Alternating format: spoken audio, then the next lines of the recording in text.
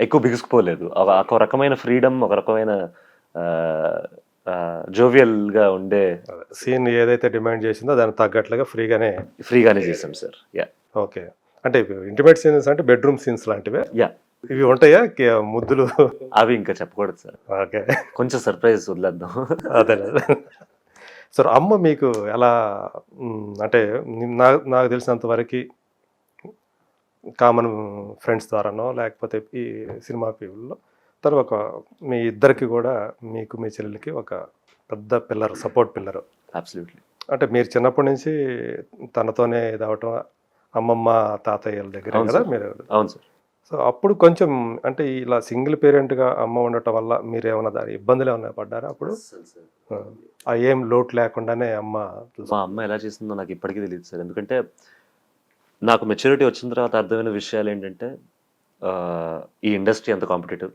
Especially ఫీమేల్స్‌కి ఎంత competitive. ఫీమేల్స్‌కి ఎంత ప్రెషరైజింగ్‌గా ఉంటుంది ఈ field. And being a single mother, raising 2 kids and ఫ్యామిలీని చూసుకోవడం. మా అమ్మమ్మ, తాతయ్యని కూడా చూసుకోవడం. మేమందరం కలిసే ఉంటాం ఇంట్లో.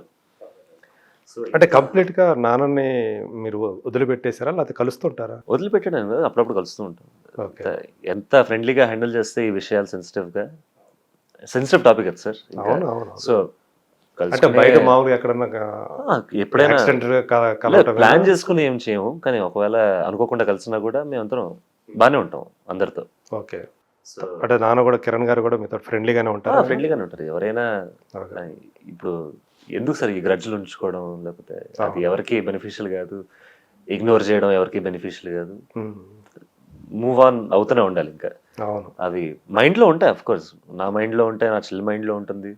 కానీ వాస్తవాన్ని అంగీకరించాలి గదా! అంగీకరించాలి. ఎందుకంటే ఇంకో బ్రిలియంట్ థింగ్ మా మదర్ ఎలా చేశారో తెలీదు గానీ, మాకెప్పుడూ ఆ ఫీలింగ్ కలగలేదు సార్. అంటే ఒక పర్సన్ మిస్ అవుతున్నారు ఫ్యామిలీ నుంచి.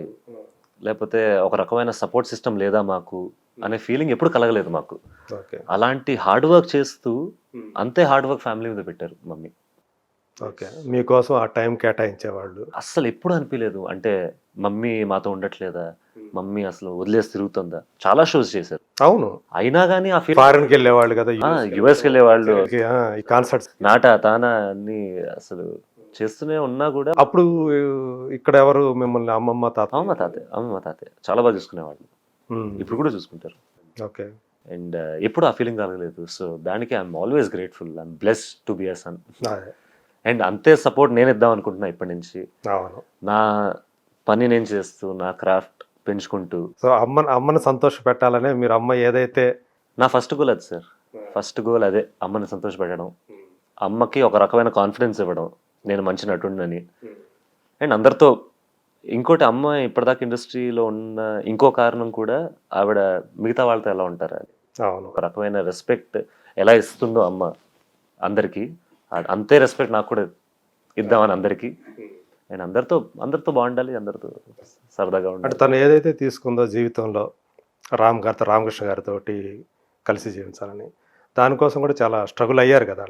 వద్దా అంటే మీ గురించి మీరంటే చిన్నపిల్లలు కాదు ఇప్పుడు. అవును. ఇద్దరు కూడా ఒక మెచ్యూరిటీ వచ్చిన వాళ్ళే.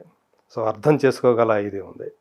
సో, ఫస్ట్ మీ సైడ్ నుంచి గ్రీన్ సిగ్నల్ వచ్చిన తర్వాతే తను కూడా ఒప్పుకున్నారని చెప్పి. పాపం చాలా భయపడింది సార్ అమ్మ. నేను సొసైటీ ఎలా చూస్తుంది? సొసైటీలో అంటే సొసైటీ కంటే అమ్మకి ఇంపార్టెంట్ ఏంటంటే నేను శ్రేయ, నా చెల్లెలు శ్రేయ ఎలా మీరు ఎలా తీసుకుంటారనేది ఫస్ట్ అమ్మకు వచ్చే ఆలోచన కదా! ఆలోచన అది.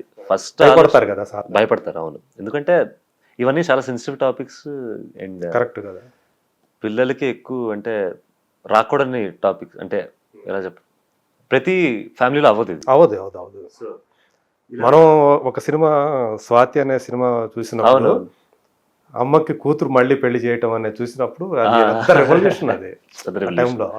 అండ్ ఎప్పుడు అనుకోము సార్ ఇది. కానీ దాన్ని యాక్సెప్ట్ చేశారు జనం. ఓ నిజమే కదా!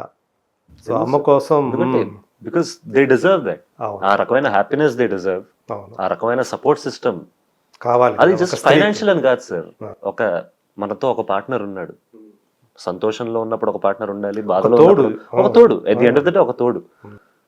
నాకు మా చెల్లికి ఆ సింపుల్ రీజన్ చాలు. ఆ తోడు కావాలి. అవును. సో, మీకంటే మీరు రేపు పెళ్ళైన తర్వాత మీకొక ఫ్యామిలీ వస్తది. మీ చెల్లెలికి ఇంకో ఫ్యామిలీ వస్తది. మరి అమ్మకి తోడు? ఇప్పుడు అలా అని కాదు అంటే మేము పెళ్ళి అయిపోయిన తర్వాత అమ్మని వదిలేసి మామూలుగా చెప్పు. కానీ ఎవరికైనా ఏ మనిషికైనా ఆ తోడు అనేది ముఖ్యం. అవును, ఎల్లవేళల్లో ఉండవు కదా. సో నన్ను మా చెల్లెల్ని పెద్ద కన్విన్స్ చేయాల్సిన అవసరం లేదు అక్కడ. మాకు ఓన్లీ థింగ్ ఏంటంటే అంటే మిమ్మల్ని కన్విన్స్ చేసింది అమ్మ రామకృష్ణ గారా? ఎవరు కన్విన్స్ చేయలేదు సార్ యాక్చువల్లీ మమ్మల్ని. ఎందుకంటే నాకు చెల్లికి ఫైనల్లీ కావాల్సింది ఏంటంటే ఆవిడ ఆనందంగా ఉండడం. ఎందుకంటే నేను చెల్లి చాలా చూసాం. ఆవిడ ఎలాంటి జర్నీలో వెళ్ళింది, ఎలాంటి దీనిపైన ఇండస్ట్రీలో ఎంత స్ట్రగుల్ చూసింది అనేది. So at the end of the day if she's choosing a person, నేను ఒకటే అడిగా ఎంత కాన్ఫిడెంట్గా ఉన్నాం ఈ పర్సన్ మీద అని. She was very confident on that person. మేము కలుసుకున్నాం అండ్ నాకు చాలా నచ్చారు. అండ్ సింపుల్ ఒక తోడు అమ్మ డిసైడ్ చేస్తుందంటే why will we say no. తను కూడా ఆ ఫీల్డ్లో ఉన్న, నేను అది కూడా చూడలేదు సార్, అసలు ఏ ఫీల్డ్లో ఉన్నాడని కూడా చూడలేదు నేను ఫస్ట్. మీ మైండ్లోకి అది కూడా రాలేదు? రాలేదు, ఎందుకంటే నాకు ఉన్నదల్లా ఏంటంటే మా అమ్మని ఎలా చూసుకుంటారు అవును, అండ్ ఆయనలో ఉన్న ఎమోషనల్ కెపాసిటీ ఎలా ఉంది అమ్మని అర్థం చేసుకోవడానికి చేసుకోవాలి కదా. అవును, చేసుకోవాలి 100%. అవును.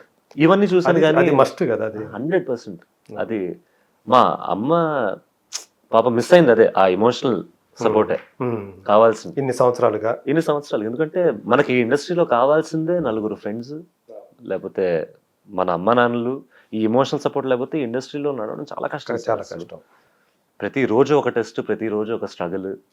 అలాంటప్పుడు తోడు అనేది కంపల్సరీ. ఇంటికి వచ్చిన తర్వాత మనకి ఆ సపోర్ట్ అనేది ఇంటి దగ్గర ఉంటే వేరే లెవెల్ ఉంటుంది. అంతే కదా సార్. అండ్ ఇన్నేళ్ళు అది లేదు అని తెలిసినప్పుడు చాలా బాధేస్తుంది.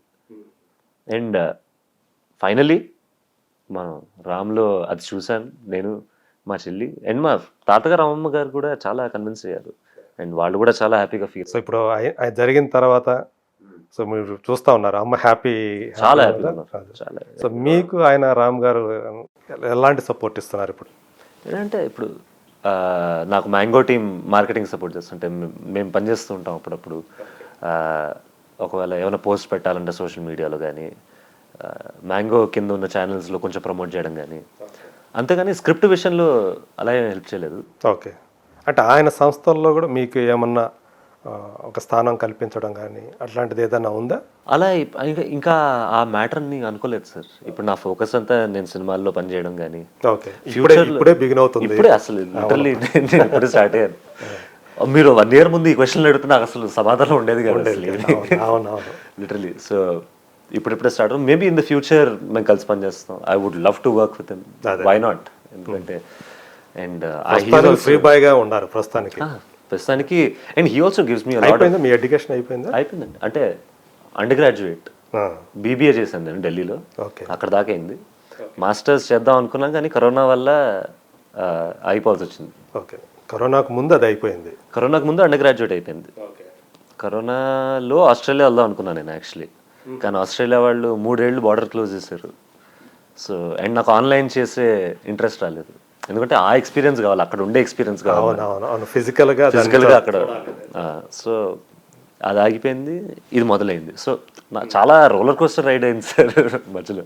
ఓకే, సో ఇప్పుడు ఈ సినిమా సంబంధించి కూడా తను ఏమన్నా సపోర్ట్ చేస్తున్నారా రామ్? చేస్తున్నారు సార్. అంటే ఇప్పుడు తను కూడా రషెస్ చూసారు, తను కూడా కొన్ని సీన్స్ చూసారు, నాకు చెప్తున్నారు ఏది న్యాచురల్గా ఉంది, ఏది బెటర్ చేయొచ్చు, ఇలాంటి tips. Because he's also very experienced and he works in movies selections కానీ, మూవీ మార్కెటింగ్ కానీ. సో ఆ చనువు అయితే ఉందా తన దగ్గర? ఆ చనువు సార్ ఇంకా అప్పుడు ఫ్రీగా మాట్లాడుకోవటం కానీ అట్లా? మేము ఇద్దరం చాలా సైలెంట్ సార్. ప్రాబ్లం అక్కడ. తక్కువ మాట్లాడతారు కానీ నేను తక్కువ మాట్లాడతా, ఆయన తక్కువ మాట్లాడతారు. అఫ్ కోర్స్ మేము నవ్వుకుంటూ ఉంటాం, కలుసుకుంటూ ఉంటాం, హాయిగా ఉంటాం ఇద్దరితో. కానీ మా పర్సనాలిటీస్ అంటే ఎప్పుడు ఇద్దరు సైలెంట్ వ్యక్తులు ఉంటే చిన్న కాన్వర్జేషన్లు ఉంటాయి. అంటే ఇప్పుడు చూస్తే మాకు అంటే బేసికల్గా మీరు ఎక్స్ట్రావర్టా ఇంట్రావర్టా? నేను ముందు చాలా ఇంట్రోవర్టెడ్ అండి. ఓకే, ఇప్పుడు నన్ను నేను చాలా మార్చుకున్నాను కాలేజ్లో. ఎప్పుడైతే నేను డాన్స్ చేయడం మొదలెట్టాను, ఎప్పుడైతే నేను జనాల ముందు ఇంకా ఉండడం మొదలెట్టాను, అప్పుడు కొంచెం ఓపెన్ అప్ అవుతూ పెరిగా. As 10th grade 11th grade దాకా అయితే అసలు నేను అంతేనా? అదొక రకమైన భయం కాదు, అదేంటో నేను అలా ఉండేవాడిని. బై నేచర్ అలా ఉండేవాడిని. ఇప్పుడు కూడా నేను పెద్ద ఎక్స్ట్రోవర్ట్ అన్ను. కొత్త వాళ్ళని కలిస్తే నేను చాలా మంచిగా ఉంటాయి, కానీ ఓపెన్ అప్ అవ్వడానికి కొంచెం టైం పడుతుంది. అంటే ఇప్పుడు కొంచెం సోషల్గా మూవ్ అవుతున్నారు. అవునవును. అప్పుడు సోషల్ అంగా ఉండేది కాదు, అంతగా ఉండేది కాదు, ఇప్పుడు కొంచెం బెటర్. మనుషుల్లో కలుస్తున్నారు అయితే. ఇప్పుడు అందుకే సడన్ గా ఇన్ని కెమెరాలు సడన్ గా కనిపించేసరికి సో ఓవర్వెల్. ఇప్పుడు నిజంగానే అన్ని రకాలుగా టెస్ట్ ఉంటుంది మీకు. Test sir, but I'm excited. ప్రెషర్గా తీసుకోవడం కంటే అదొక ఆపర్చునిటీగా తీసుకుంటే మనం చాలా హ్యాపీగా ఉండొచ్చు ఇక్కడ. Good, nice. అదే ఇప్పుడు అంటూ ఉంటాయి ఇవన్నీ, తగిలినప్పుడు చూసుకుందాం అంటే. ఎదురైనప్పుడు, అలాంటి సిచ్యువేషన్ ఎదురైనప్పుడు అది కరెక్ట్గా మనకు తెలియాలి, ఎలా బిహేవ్ చేయాలి, ఎలా స్పాంటేనియస్గా ఎలా రెస్పాండ్ అవ్వాలి అనేది చాలా ఇంపార్టెంట్ కదా. ఓకే, సో ఇది సర్కార్ నౌకరి అనే సినిమా ఆకాష్కి సంబంధించి ఒక యాక్టర్గా మంచి పేరు తెస్తుందనే నమ్మకం ఉందా? ఆకాష్ హీరోగా కంటిన్యూ అవ్వాలనుకుంటున్నాడా, లేకపోతే యాక్టర్గా కంటిన్యూ అవ్వాలనుకుంటున్నాడా? సార్, హీరో అనేది మనం చేసుకోలేము సార్. అది ఆడియన్స్ ఇప్పుడు అయితే మనం అప్రిషియేట్ చేసి మన వర్క్ మీద నిజంగా నమ్మకం పుట్టి వాళ్ళకి అలా అయినప్పుడే మనం హీరోగా చేసినప్పుడు అప్పుడు మనకి హీరో అనే బిరుదు కానీ స్టార్ అనే బిరుదు కానీ అప్పుడు ఇవ్వచ్చు. నేను ఫస్ట్ కాన్ఫిడెన్స్ ఇద్దాం అనుకుంటున్న ఆడియన్స్కి ఏంటంటే నేను యాక్ట్ చేయగలను అనే కాన్ఫిడెన్స్, నన్ను నమ్మచ్చు, నన్ను నమ్మి థియేటర్కి రావచ్చు అనే కాన్ఫిడెన్స్ ఇవ్వాలని ఉంది. సో ఫస్ట్ ఆర్టిస్ట్గా నేను కొంచెం ముందుకెళ్దాం అనుకుంటున్నా. హీరో అవుతానా స్టార్ అవుతానా అనేది ఆడియన్స్ చేతిలోనే ఉంటుంది. అది నన్ను నేను హీరోగా అనుకుంటే ఎవరికేం రాదు, స్టార్లా అనుకుంటే. సో ఆర్టిస్ట్గా నన్ను నేను క్రాఫ్ట్ చేసుకుంటూ, ఒకవేళ ఇప్పుడు ఈ మూవీలో ఇంకా చాలా బాగా చేయొచ్చు అని చాలామంది అనొచ్చు, బాగా చేసామని చాలామంది అనొచ్చు. వీక్నెస్ చెప్తే దాన్ని కరెక్ట్ ఎలా చేయాలో నేర్చుకోవాలి, స్ట్రెంత్ చెప్తే దాన్ని ఎలా మెయింటైన్ చేయాలో నేర్చుకోవాలి. సో నేర్చుకోవడం అనేది ఆగదు అది. అవును, అంటే నేను బయటకు చెప్పక్కర్లేదు, మీరు ఇప్పుడు చూసుకున్నప్పుడు మిమ్మల్ని మీరు క్యారెక్టర్లో ఏదైతే డైరెక్టర్ మిమ్మల్ని ఆ ఊహించుకున్నాడు కదా, ఆ క్యారెక్టర్ ఎలా రావాలనేది అది మీరు చూసుకున్నప్పుడు ఆయన ఏదైతే చెప్పాడో అలాగే చేశాను అన్న నమ్మకం కలిగిందే? ఎక్కడన్నా కొంచెం ఇక్కడ ఇంకా బెటర్గా చేసి ఉండాల్సింది అని కొన్ని చోట్ల అనిపించింది సార్. వెరీ ఫ్రాంక్గా చెప్తాను నేను.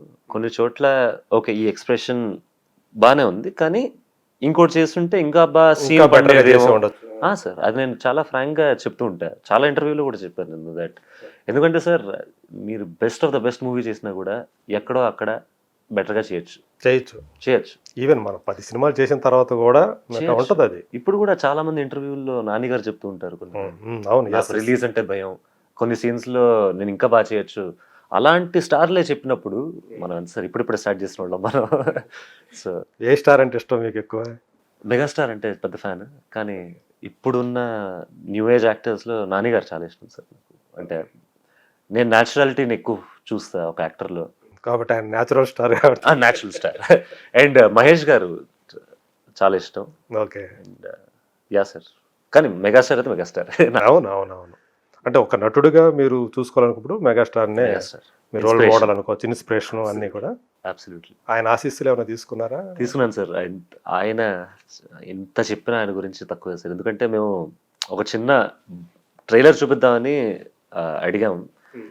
అండ్ ఆయన ఎంత మంచివారంటే ఆయన మమ్మల్ని ఇంటికి పిలిచి చూశారు ట్రైలర్, ఒక చిన్న బయట కూడా ఇచ్చారు దాని మీద. అండ్ ఆయన మాటల్లోంచి బాగా చేసావు అన్న ఒక చిన్న సెంటెన్స్ విన్నా అయిపోయాను నేను అక్కడ. ఎప్పుడు కూడా అదే కాంప్లిమెంట్ మంచి షివర్ అయ్యాను సార్ ఆ రోజు. నేను ఆయన్ని ఫస్ట్ టైం కలిసినప్పుడు I think degree 3rd year లో ఉన్నాను సార్. నేను ఫస్ట్ టైం ఆయన్ని కలిసినప్పుడు మమ్మీ ద్వారా కలిసినప్పుడు డిగ్రీ 3rd year లో ఉన్నా.